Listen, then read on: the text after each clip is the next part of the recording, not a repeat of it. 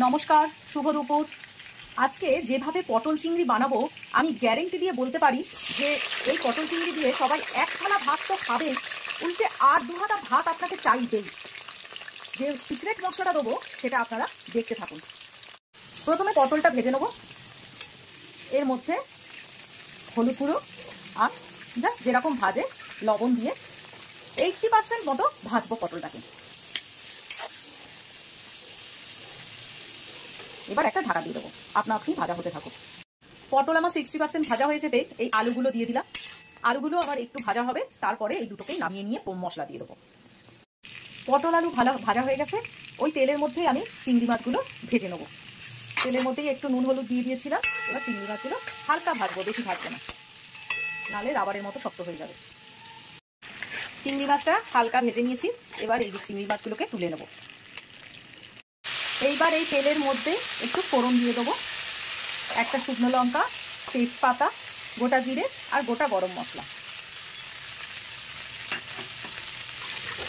চিংড়ি মাছের তেলটা কিন্তু পাল্টাবো না, ওই তেলের মধ্যেই রান্নাটা হবে, তাহলে রান্নাটা অনেক টেস্টি হবে।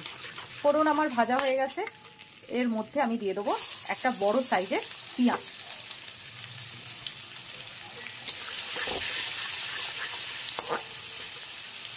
ভাজা হয়ে গেছে। এবার আমি একটা মশলা পেস্ট করে নিয়েছি, সেইটা দিয়ে দেবো। কি মশলা? দুটো টমেটো আছে, একদম ছোট ছোট সাইজের, তাই জন্য দুটো নিয়েছি। আদা, রসুন আর পেঁয়াজটা তো ভাজতেই দিয়ে দিয়েছিলাম, কাঁচা লঙ্কা আর জিরে, ধনে আর কিছু না। ও আচ্ছা, চিংড়ি মাছের কয়েকটা মাথা, এই জিনিসটাকে আমি পেস্ট করে নিয়েছি। নিয়ে এবারে এটা হচ্ছে আমার কিন্তু প্রথম মশলা। আর একটা যেটা মশলা বলেছিলাম সিক্রেট মশলা, সেটা এর পরে দেবো। এটা একটু কষে যাক তারপরে। এই দেখো সিক্রেট মশলা। এই সাদা সাদা কি বলতো, তোমরা ভাবছো হয়তো গুঁড়ো দুধ। না না না, গুঁড়ো দুধ নয়, এটা হচ্ছে নারকেল গুঁড়ো।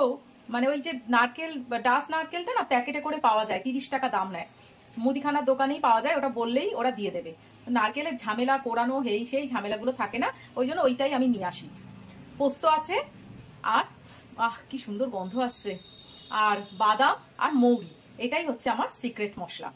আর অবশ্যই কিন্তু চিংড়ি মাছের কয়েকটা মাথা পেস্ট করে দেবে, তাতে দেখবে টেস্টটা দ্বিগুণ বেড়ে যাবে।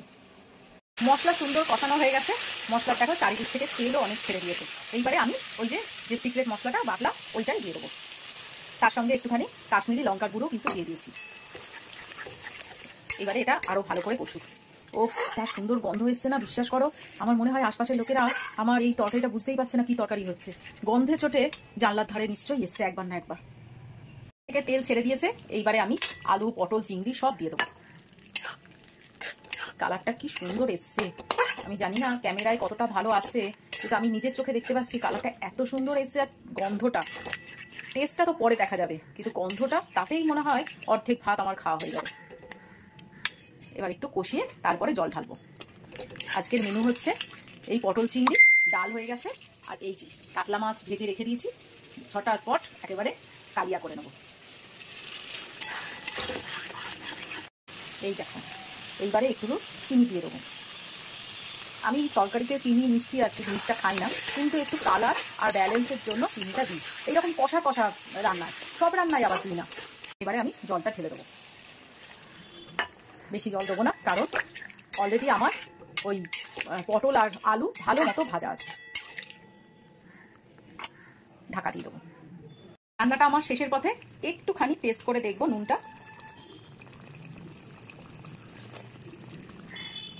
দারুণ হয়েছে। আর একটুখানি নুন দেবো, সামান্য, বেশি না, একটুখানি নুন দেবো।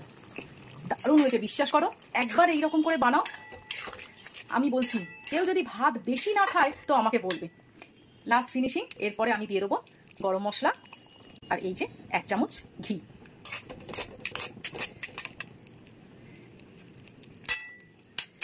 কি যে তরকারিটা হয়েছে না, বিশ্বাস করো, আমি নিজেকে নিজে বলছি, বাহ অন্তরা, বাহ কি করেছিস তুই। সত্যি বলছি, দারুণ হয়েছে। একবার অন্তত আমার কথা শুনে বাড়িতে করে দেখো কেমন। টাটা।